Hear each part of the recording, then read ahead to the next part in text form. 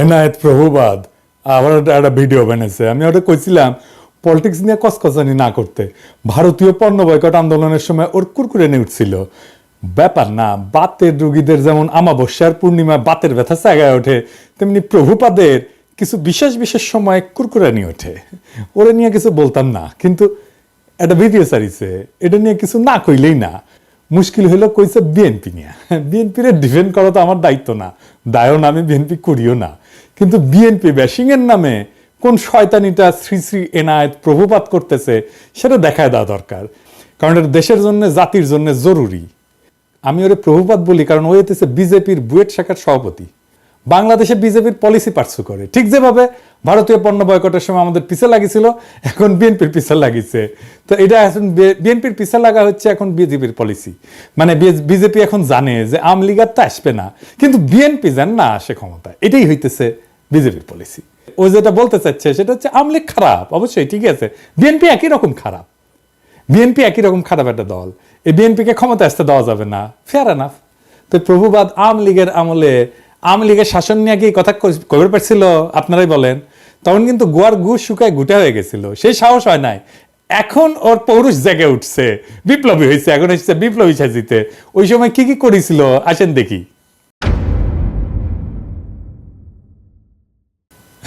পদ্মা সেতু নিয়ে বই লিখেছিল, হ্যাঁ, পদ্মা সেতুর কত কিছু আবার ভিডিও করছিল পদ্মা সেতু নিয়ে। নির্বাচন আগে হাসিনার যেগুলো মেগা প্রজেক্ট, গুলো মেগা দুর্নীতির প্রজেক্ট, সেগুলো নিয়ে ও ভিডিও বানিয়েছিল। পদ্মা সেতু নিয়ে, মাতারবাড়ি নিয়ে, রামপাল নিয়ে, পায়রা নিয়ে, রূপপুর নিয়ে। রূপপুরে কি পরিমাণে টাকা মারিছে এখন সব খবর বাড়াচ্ছে, কিন্তু ওর কাছে আসে নাই গেলে সেই খবর, ওইটা প্রমোট করে গেছে। ইন্ডিয়া আউটের সময় ও ইন্ডিয়া আউটের পিছে লাগিয়েছিল, কইছিল মনে আছে না? এটা আবার দেখেন, বাংলাদেশের মানুষ নাকি পেঁয়াজ খেয়ে নেশা করে। শুনেন, বাংলাদেশের মানুষ দুইটা জিনিস দিয়ে নেশা করে, একটা হচ্ছে সয়াবিন তেল আর একটা হচ্ছে পেঁয়াজ। আবার দেখেন নসরুল হামিদের ওটি যে ভিডিও ব্যানার প্রশংসা করে, হ্যাঁ। আবার ইসরায়েল পণ্য বয়কটের সময় স্টারবাক্সের মগ নিয়ে ওই উপহাস, দুইটা মগ, দুই হাতের দুইটা মগ নিয়ে উপহাস করছিল বয়কটকারীদের।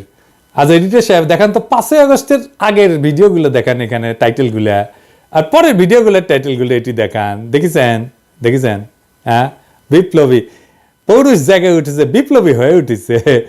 আগে ছিল ধ্বজভঙ্গ, তারপরে 5ই আগস্টের পরে ওর পৌরুষ জায়গায় উঠেছে। তা আসেন ভিডিওর শুরুতে কি কইছে সেটা দেখি।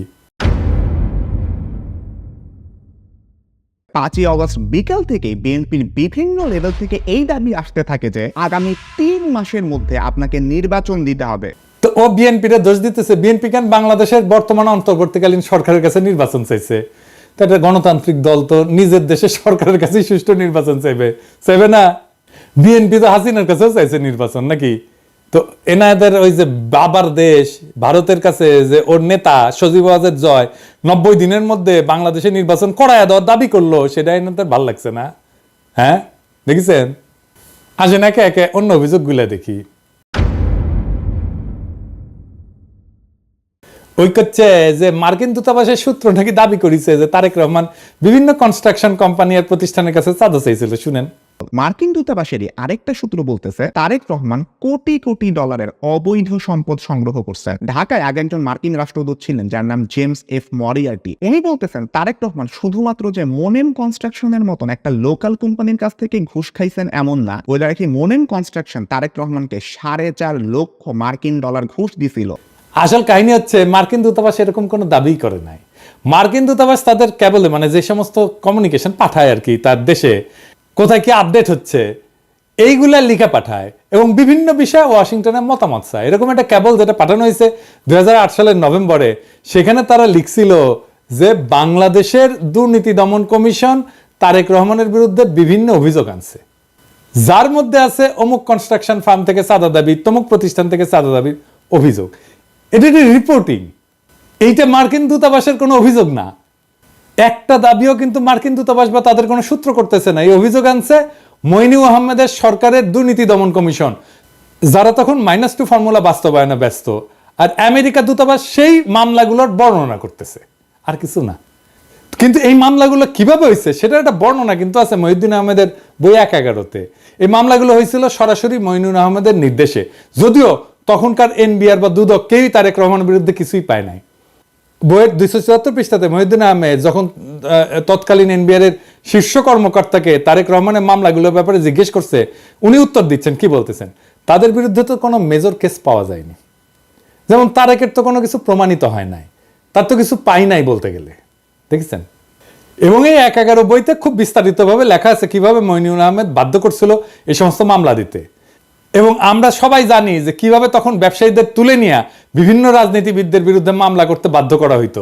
সেই মামলাগুলোর সূত্র ধরে এই প্রভুপাদ ভিডিও বানায় ফেলছে যে তারেক রহমান চাঁদাবাজি করছে, দেখেছেন।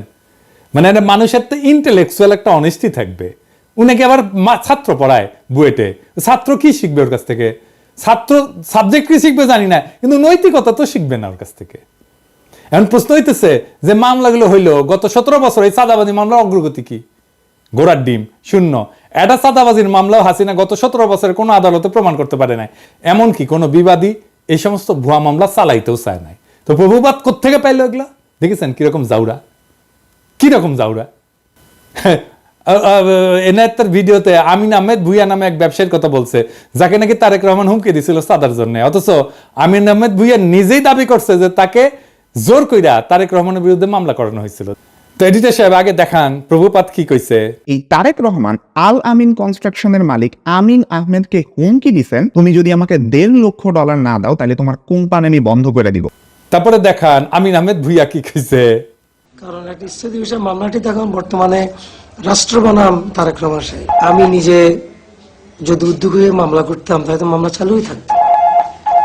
আমার যদি উদ্যোগ বা ইচ্ছা থাকতো, আর স্বাভাবিক বিষয়, আমি তার সময় কেন মামলা করতে যাব?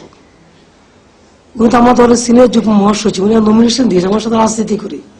মানে প্রভুপাদ ভিডিওতে যার নাম উল্লেখ করে দাবি করছে যে তার কাছে তারেক রহমান চাঁদা চাইছে, সে নিজেই বলতেছে যে তার কাছে তারেক রহমান টাকা চায় নাই, তাকে মামলা করতে বাধ্য করছে মইনুল আহমেদের সরকার। মানে ওই যে বলছে বিএনপি তো এর মধ্যে ক্ষমতায় আসেনি, মইনুলের পর তো আওয়ামী লীগ ক্ষমতায়, তাহলে ও তো এমন না যে ওরা চাপ দিয়ে বলছে বিএনপি, তাই না? এইটা গেল প্রথম ধাপ্পাবাজি। দ্বিতীয় ধাপ্পাবাজি ধরি, প্রভুপাত দাবি করেছে যে তারেক রহমান নাকি বাংলাদেশে সিমেন্টসের সমস্ত চুক্তি থেকে 2% কমিশন নিয়েছিলেন।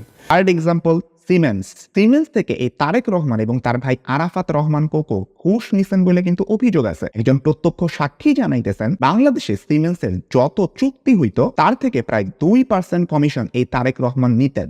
সিমেন্সের বিরুদ্ধে আমেরিকার যে মামলা হয়েছিল সেই মামলা 20 পৃষ্ঠার রায়ে কোন ডকুমেন্টে তারেক রহমান সিমেন্সের কাছে টাকা চাইছে বা তারেক রহমানকে সিমেন্স 1 টাকাও কখনো দিছে এমন কোনো কথার উল্লেখই নাই। এই যে তাহলে এই তথ্য প্রভুপাত কোথায় পাইছে?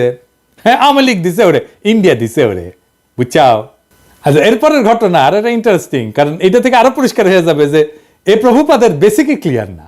ওই দাবি করেছে যে টঙ্গীতে একটা 80 মেগাওয়াট প্ল্যান্ট নির্মাণের জন্য চীনা কোম্পানি হারবিন তারেক রহমানকে $7.5 লাখ মার্কিন ডলার ঘুষ দিছিল। শুনে 12ই অগাস্ট প্রধান উপদেষ্টার সাথে চালু করবে কিনা, আদৌ দেশ পরিচালনার জন্য তার আওয়ামী লীগের একটা বিকল্প হইতে পারে কিনা।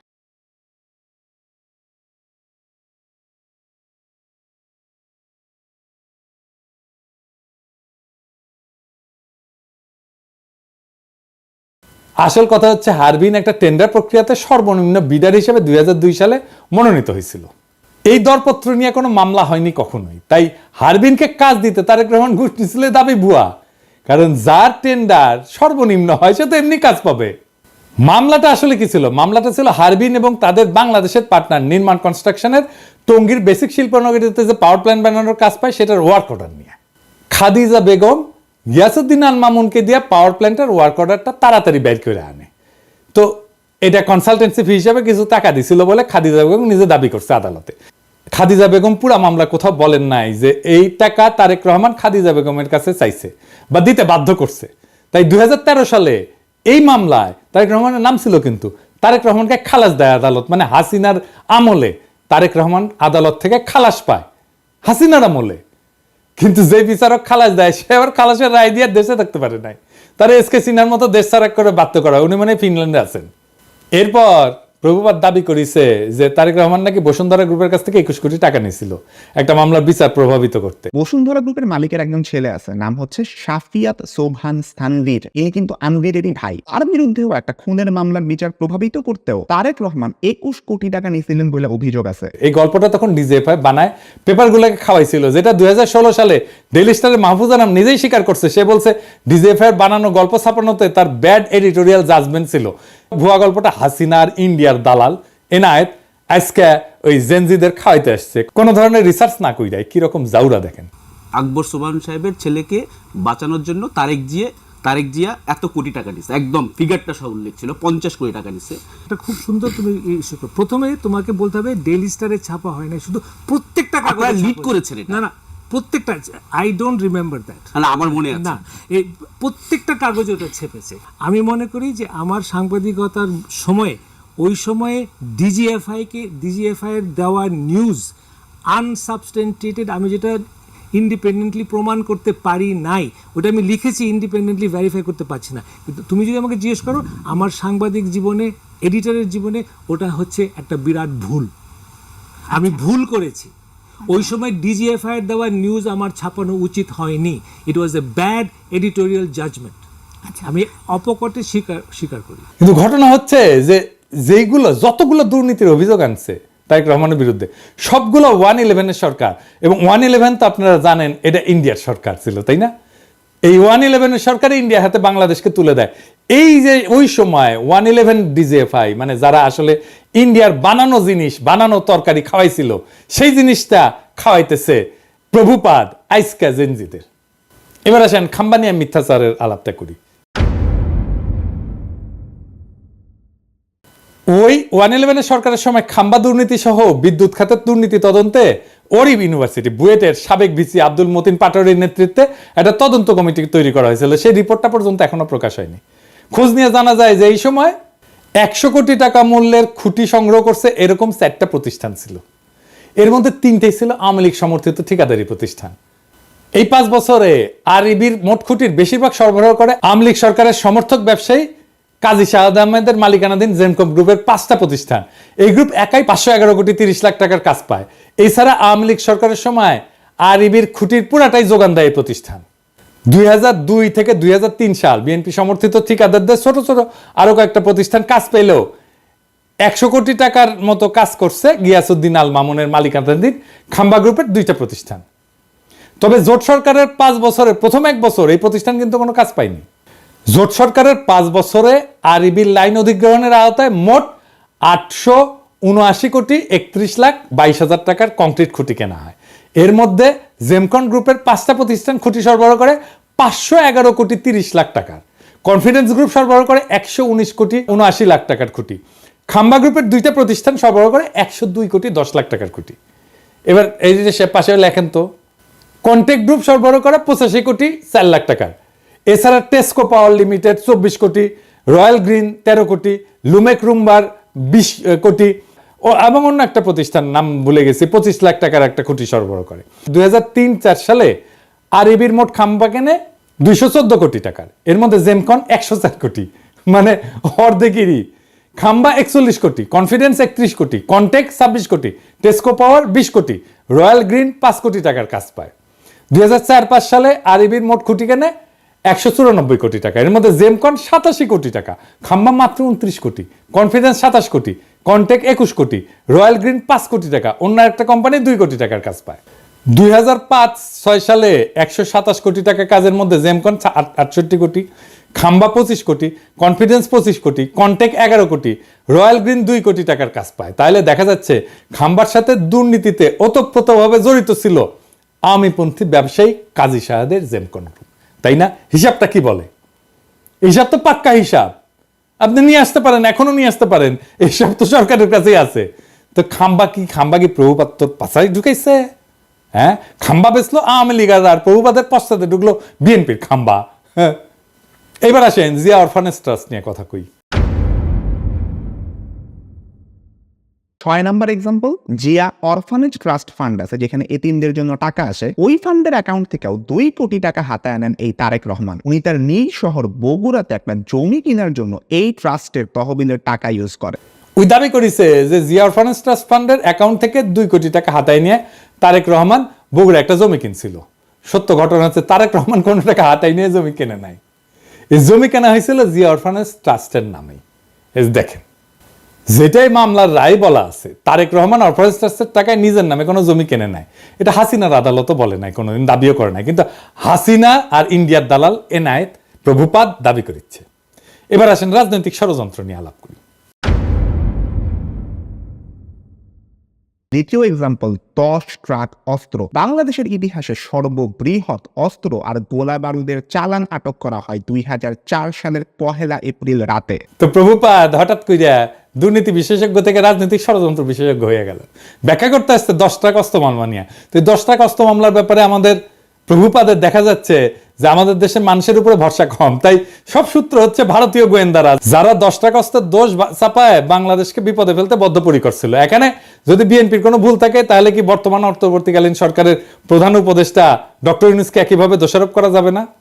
উনিও তো ভারতের টিভি মিডিয়া এনডিটিভির সাথে সাক্ষাৎকারে বলছেন, বাংলাদেশকে ভারত অস্থিতিশীল করতে চাইলে ভারতের 7 সিস্টার অক্ষত থাকবে না, বলছে না?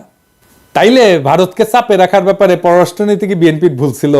এই নীতির কারণে বিএনপির ভোট পেতে বাধা থাকবে কেন? আবার নিজেই বলছে যে বিএনপি ক্ষমতা আঁকড়ে ধরে রাখতে চায়নি, সেটা কি প্রমাণ করে না যে বিএনপি গণতন্ত্র চাইছে বারবার? আমরা এই প্রসঙ্গে পরে আসব। এরপর সে ব্যাখ্যা করতে গেল 21 আগস্টে গ্রেনেড হামলা। এও দাবি করেছে যে মুফতি হান্নান নাকি 2004 সালের 14 আগস্ট হাওয়া ভবনে বসে পরিকল্পনা করছে। আমরা 21 আগস্ট বোমা হামলা। ডেইলি স্টারের 2009 সালের একটা রিপোর্টের মতে 2004 সালের 14 আগস্ট রাতে হাওয়া ভবনে বসে স্বরাষ্ট্র প্রতিমন্ত্রী বাবর, উপমন্ত্রী পিন্টু সহ জঙ্গি সংগঠন হুজির নেতারা বৈঠক করে শেখ হাসিনাকে গ্রেনেড হামলার মাধ্যমে মেরে ফেলার পরিকল্পনা করে। তো এইবার একটু মুফতি হান্নানের জবানবন্দিটা দেখি তো। মুফতি হান্নান 21 আগস্টের গ্রেনেড হামলার ব্যাপারে 2টা জবানবন্দি দিয়েছে। প্রথমটা 2007 সালে, যেটার ভিত্তিতে মামলা বিচার শুরু হয়ে গেছিল, কিন্তু সেই জবানবন্দিতে তারেক রহমানের হাওয়া ভবনের নাম নিশানাও ছিল না। এই জন্য শেখ হাসিনা 2009 সালে মুফতি হান্নানকে রিমান্ডে নিয়ে নির্যাতন করিয়া তারেক রহমানের হাওয়া ভবনের নাম বের করার দায়িত্ব দেয় তার বিশ্বস্ত দালাল আব্দুল কাহার আকন্দকে। এরপরে 120 দিন রিমান্ডে নির্যাতনের পর মুফতি হান্নানকে দিয়া জোর কইরা 2011 সালে বলানো হয় যে এই হামলার আগে সে হাওয়া ভবনে তারেক রহমানের সাথে দেখা করছিল। এই জন্য 2024 সালের নির্বাচনে আব্দুল কাহার আকন্দকে হাসিনা নৌকা মার্কা প্রার্থী করে। এই দেখেন, এই নির্বাচনে আওয়ামী লীগ থেকে আমাকে নৌকা মার্কা প্রদান করা হয়েছে। আমাদের জাতির জনক বঙ্গবন্ধু শেখ মুজিবুর রহমান ও তার পরিবারের সকল সদস্য, একমাত্র মাননীয় প্রধানমন্ত্রী শেখ হাসিনা এবং তার বোন শেখ রেহানা বাদে সবাইকে হত্যা করা হয়েছে। এমনকি 10 বছরের শিশু রাসেলকেও হত্যা করা হয়েছে। আপনারা জানেন 21 বছর সংগ্রাম করে এই মাননীয় প্রধানমন্ত্রী 1996 সালে আবার ক্ষমতায় আসেন। ক্ষমতায় আসার পর বঙ্গবন্ধু হত্যা মামলা রুজু হয়। এতদিন এই হত্যা মামলা রুজু করতে দেওয়া হয়নি এবং সেই মামলার তদন্তভার আমাকে দেওয়া হয়। সেই মামলাটিও আমি পরবর্তী তদন্ত করি এবং সঠিক পথে নিয়ে আসি। এই সমস্ত মামলা করার কারণে আমাদের আওয়ামী লীগ, যেটা একটি পুরাতন দল, সেই আওয়ামী লীগকে ধ্বংসের মুখ থেকে রক্ষা করা সম্ভব হয়েছে এবং আওয়ামী লীগের রাজনীতিকে টিকিয়ে রাখার ব্যবস্থা করা হয়েছে। আমাদের মাননীয় প্রধানমন্ত্রী আমাকে নৌকা মার্কা দিয়েছেন। এইদিকে মুফতি হান্নান এই জবানবন্দি দেওয়ার সাথে সাথে প্রত্যাহারেরও কিন্তু আবেদন করে। এই জবানবন্দি ছিল পুরাই বানোয়াট। আপনি বলবেন যে আপনি বললেই বানোয়াট হয়ে যাবে, আছে না একটা জিনিস দেখি, মজার জিনিস। এটা বানোয়াট কেন? মুফতি হান্নান কবে কত তারিখে হাওয়া ভবনে তারেক রহমানের সাথে দেখা করতে গেছিল সেটা মনে করতে পারে নাই, তাই তার সাক্ষ্যে লেখা ছিল তারিখ এবং সময় মনে পড়ছে না। অথচ হাওয়া ভবনে তার বৈঠক ছাড়া বাকি সমস্ত ঘটনার তারিখ সহ বিস্তারিত বর্ণনা করছে মুফতি হান্নান। শুধু হাওয়া ভবনের মিটিংটার তারিখ তার মনে নাই।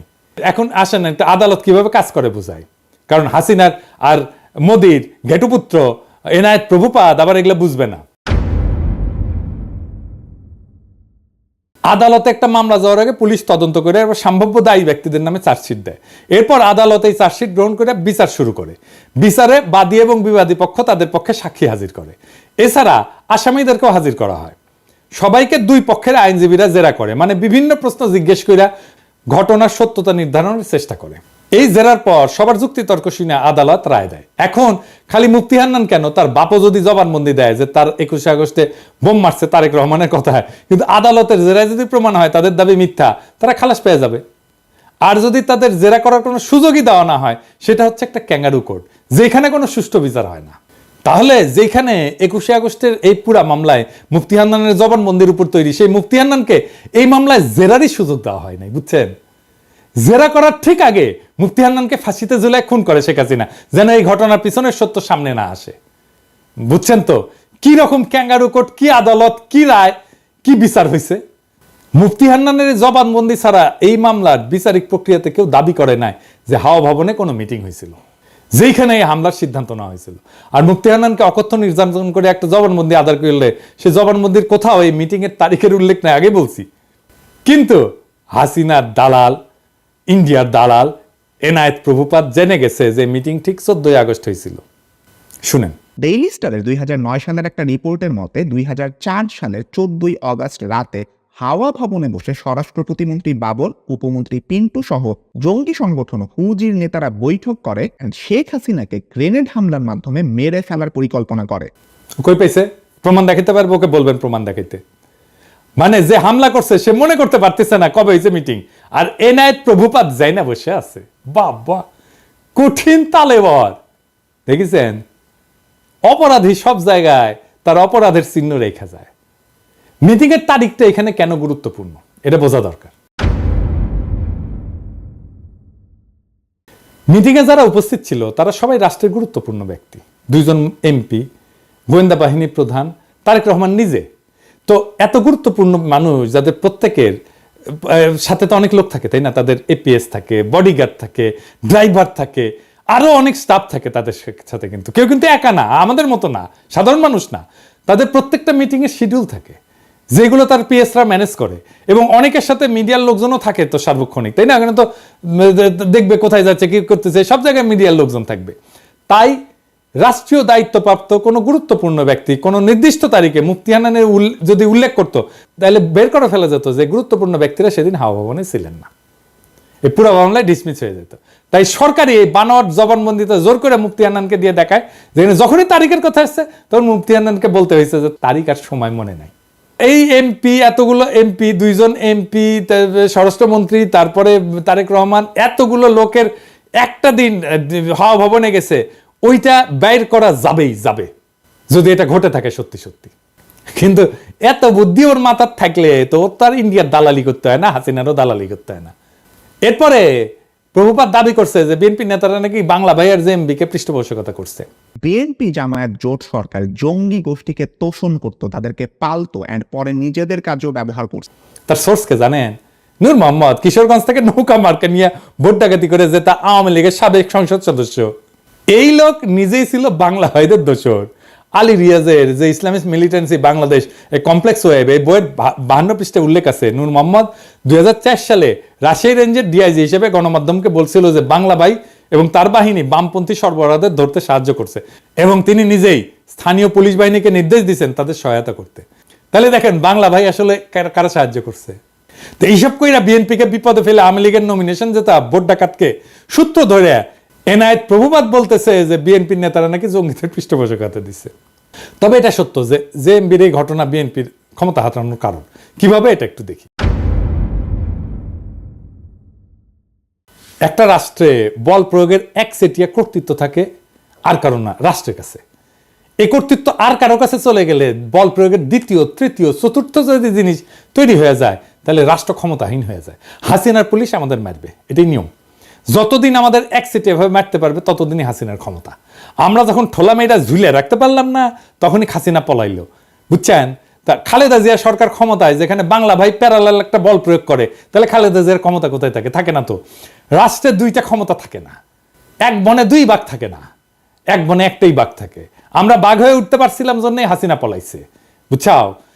বাংলা ভাই ওইখানে তাণ্ডব করতেছে, আর বিএনপির মন্ত্রীরা বলতেছে বাংলা ভাই মিডিয়ার সৃষ্টি। এটা তো বিএনপির দোষ। যদিও 2005 সালে 17ই আগস্ট জেএমবি আত্মপ্রকাশ করে, তারপরে 1 বছরের মাথায় জঙ্গি সংগঠনের সমস্ত নেতাকে গ্রেপ্তার করে পুরো সংগঠনটা ভেঙে দেওয়া হয়। এটা নিয়ে টাইম ম্যাগাজিন একটা প্রচ্ছদ প্রতিবেদনও করে, কিন্তু ড্যামেজ যা হওয়ার তা হয়ে গেছে ততদিনে। গ্রেনেড হামলা নিয়ে কথাটা বলি, যে গ্রেনেড হামলা নিয়ে বিএনপির লোকেরা নানা কথা বলে হাসিনায় তদন্ত করতে দেয় না, কিন্তু এটাও সত্য। জজমিয়া নাটক কিন্তু বিএনপির আমলে হয়েছিল। গ্রেনেড হামলা একটা বিশ্বাসযোগ্য তদন্ত করতে না পারার দায় বিএনপির। এটা আমি আগেও বলছি, এখনো বলতেছি। আরো বিএনপির আরো সমস্যা আছে। র্যাব বানানো হয়েছে, এটা বিএনপির একটা মারাত্মক ভুল। বিএনপি আমলে র্যাব বিচার বহির্ভূত হত্যাকাণ্ড শুরু করে, এইটা মানবাধিকার লঙ্ঘন, এর দায় বিএনপি। এবং এখনো পর্যন্ত বিএনপি যে এটা ভুল কাজ ছিল সেটা স্বীকার করে না। দেশের আভ্যন্তরীণ আইন শৃঙ্খলাটা মিলিটারি ইস্যু না রে বাবা, এইটা মিলিটারি দিয়ে এই কাজ করতে পারবেন না। এখন মাঠে মিলিটারি আছে, পুলিশের কাজ করতেছে, এটাও মিলিটারির কাজ না। ওদের যত দ্রুত সম্ভব ক্যান্টনমেন্টে ফিরে যাওয়া উচিত। এবার আসেন 15 ফেব্রুয়ারি নির্বাচন নিয়ে। 1996 সালে 15 ফেব্রুয়ারি নির্বাচনের ভুল প্রেক্ষাপট বর্ণনা করছে। বাস্তবতা হচ্ছে যে বিএনপি জনগণের দাবি মেনে নিয়ে তত্ত্বাবধায়ক সরকারের অধীনে নির্বাচন দিতে চাইছিল, কিন্তু সংবিধান সংশোধনের জন্য যথেষ্ট সংখ্যক সংসদ সদস্য ছিল না, কারণ আওয়ামী লীগ, জামাত সহ সকল দলের সংসদ সদস্য সংসদ থেকে পদত্যাগ করছিল। সেই জন্য 15 ফেব্রুয়ারি নির্বাচনটা দিতে হয়েছিল। 15 ফেব্রুয়ারি নির্বাচনের মাধ্যমে নতুন সংসদ তত্ত্বাবধায়ক সরকারের বিল পাস করে বিএনপি পদত্যাগ করছিল। এটা তো একটা নিয়মের কারণে বা নিয়ম রক্ষার জন্য করছিল। বিএনপির সেন্সেবল আচরণের কারণেই 1996 সালে 116 জন আসন নিয়ে বিরোধী দলের আসনে বসতে পারছিল। সরকার যদি এতই খারাপ চলে তো এত আসন পাইতো না, তো যেটা আওয়ামী লীগের সাথে 2001 সালে ঘটছিল। কিন্তু এখন প্রভুপাতকে বলতে হবে, বিএনপি আমলকে আয়না ঘটছিল? কোন আন্দোলনে 2 সপ্তাহে 1000 মানুষ মারা গেছে, হেলিকপ্টার থেকে গুলি করা হয়েছে, স্নাইপার দিয়ে গুলি করা হয়েছে, সরাসরি বুকে গুলি করা হয়েছে, মাথায় গুলি করা হয়েছে স্নাইপার দিয়ে। বাংলাদেশকে ভারতের উপনিবেশ বানানো হয়েছে বিএনপির আমলে। বাংলাদেশের রাজনীতিতে ভারত হস্তক্ষেপ করছে, পর 3 টার্মে ভোট দেওয়া বন্ধ করে দিছে, লক্ষ কোটি টাকা পাচার হয়েছে, একটা গুমের ঘটনা ঘটছে, লাখ লাখ লোককে দেশান্তরী হইতে হয়েছে আমার মতো, নাকি বিপ্লব হয়েছে এরকম বিএনপি সরকারকে উৎখাতের জন্য? বিএনপি সরকারের বিরুদ্ধে কথা বলার জন্য পিটায় মারা হয়েছে কখনো? আওয়ামী লীগ ফ্যাসিবাদ কায়েম করছে, বিএনপি কখনো ফ্যাসিবাদ কায়েম করছে? বিএনপি 57 জন সেনা অফিসারকে মারছে বিদ্রোহের নামে? বিএনপি রাতের আধারে আলেমদের মাইরা লাশ গুম করছে? বিএনপি আমলে দুর্ভিক্ষ হয়েছে? এরপরে বলে বিএনপি আওয়ামী লীগ এক। স্বাধীনতার পর আওয়ামী লীগ 25 বছর শাসন করছে, বিএনপি করছে 15 বছরের মতো। আওয়ামী লীগ মাত্র একবার শান্তিপূর্ণভাবে ক্ষমতা হস্তান্তর করছে, 2 বার তাকে নির্বাচন দিয়ে হটানো যায় না, রক্তাক্ত বিপ্লব করে হটাইতে হয়েছে। হ্যাঁ, শালার আমি জাউরা সিল দেই নাই না? হ্যাঁ, দেন এডিটর সাহেব, দেন জাউরা সিল দিয়ে দেন, 2 বার দেন, 3 বার দেন। 111 একটা পলিসি ছিল -2, মানে হাসিনা খালেদা দুইটাই বাদ, কিন্তু আসলে ওইটা -1, মানে Hasina in Khaleda out. BNP জামাতকে ক্ষমতায় আসতে দেওয়া যাবে না, এটা ইন্ডিয়ান লাইন, এটা বিজেপি কংগ্রেস সবার লাইন। কারণ বিএনপি জামাত ক্ষমতায় থাকলে ইন্ডিয়ার বাংলাদেশে ভাত নাই। ভারতীয় পণ্য বয়কটে ভারতকে বাঁচাইতে আসছিল প্রভুপাত, এখন আওয়ামী লীগের পতনে ইন্ডিয়াকে বাঁচাইতে আসছে প্রভুপাত, কারণ ইন্ডিয়া জানে যে আওয়ামী লীগের জিন্দগিতে ক্ষমতায় আসতে পারবে না। বাংলাদেশে ইন্ডিয়ার অনেক সফট অ্যাসেট আছে, এই প্রভুপাত তার মধ্যে একটা, ইন্ডিয়ার সফট অ্যাসেট। এরকম আরো অ্যাসেটকে মাঠে নামাবে ইন্ডিয়া, এই যে রোকে অ্যাপ্রাজি আর একটা সফট অ্যাসেট। তবে প্রভুপাত, তোমার ইন্ডিয়ান সফট অ্যাসেট মার্ক করে রাখলাম, যেদিন ভারতীয় পণ্য বয়কটের পিছিয়ে লাগছো সেদিনই মার্ক করে রাখছি। আমার মার্ক করা ভুল হয় না, বুঝছাও? তো একটা জিনিস জানো, কয়া রাখি, বাঘে শুইলে 18 গা, ঠোলায় শুইলে 36 ঘা, আর পিনাকি শুইলে জয় বাংলা।